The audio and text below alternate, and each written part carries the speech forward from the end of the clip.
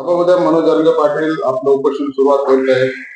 काय तुमची प्रतिक्रिया? हे बघा, जरांगे खरं तर निव्वळ नौटंकी माणूस आहे. समाजाला आणि सरकारला कसं वेठीस धरायचं, कसं समाजाला वेड्यात काढायचं हे जरांगेला माहित झालंय. खरं जरांगेचं उपोषण म्हणजे कुठतरी म्हणजे दिशाभूल करणारं उपोषण असतं. जरांगेचं उपोषणच नाही. जरांगे गोधडीतून काजू बदाम खाऊन उपोषण करणारा कुठतरी नौटंकी बहादर माणूस आहे.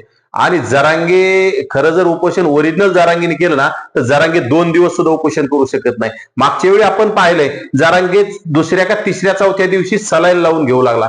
म्हणजे जरांगे सलाईन लावून घेतो त्याला उपोषण म्हणत नाही. आणि सरकारने सुद्धा याकडे आता दुर्लक्ष केलं पाहिजे. खरं तर या राज्य सरकारला ओबीसीनं भरभरून मतदान दिलंय. त्यामुळं ओबीसी साठी ओबीसीच्या विरोधात सरकार निर्णय घेणार नाही. आणि जरांगीचं कुठं काय म्हणणं आहे ते कुठेही साध्य होणार नाही. कारण यापूर्वी जरांगीने किती आंदोलन केले आणि त्यातून जरांगीने काय साध्य झालंय हे आम्हाला सांगावं. कारण संविधानाच्या विरोधात कुठलेही निर्णय घेता येत नसतात आणि ते सरकारला घेताही येणार नाहीत. त्यामुळे जरांगीने उपोषण केला काय आणि जरांगी गोधडीत झोपला काय, जरांगीचा काहीही फायदा होणार नाही आम्हाला माहित आहे. तुम्ही म्हटलं होतं की जरांगे पाटील उपोषणाबद्दल तर आम्ही देखील आंतरवालीमध्ये उपोषण करणार. तुमची काय भूमिका, तुम्ही उपोषणाला बसणार आहात? हे बघा, जर जरांगे उपोषणाला बसला, जरांगेला उद्या बसू द्या ना. जरांगे किती दिवस तग धरतोय आम्ही बघू. आणि जर जरांगीच्या म्हणण्यावर जरांगीच्या चुकीच्या मागण्या जर राज्य सरकारकडून पुरवण्याचा, जरांगीचा लाड करण्याचा जर कुठतरी निर्णय होत असेल तर आम्हाला सुद्धा सरकारच्या विरोधात आवाज उठवत येतो. खरं तर या राज्य सरकारला ओबीसीनं भरभरून मतदान दिल्यामुळे राज्य सरकार सत्तेत आले.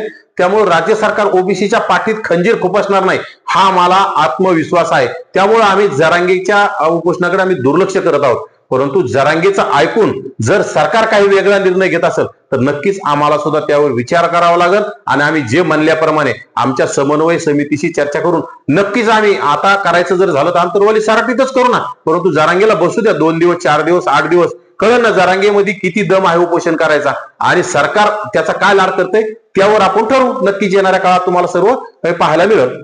सध्या तरी तुम्ही उपोषणाला बसणार नाही? आज आमचा उपोषणाला बसायचा कुठलाही निर्णय नाही. कारण की आमच्या राज्य सरकारवर आमच्या ओबीसीने भरभरून मतदान दिल्यामुळं राज्य सरकार ओबीसी विरोधात निर्णय घेणार नाही हे आम्हाला कळतंय आणि आम्हाला विश्वास आहे. त्यामुळे आज आम्ही उपोषणाचा कुठेतरी जरांगे म्हणजे जरांगे काही करील आपण ते करायचं. जरांगेला बिंडोक जरांगे आहे. त्यामुळे जरांगे उद्या कपडे काढून रस्त्यावर नाचल, आपण सुद्धा तेच करायचं का?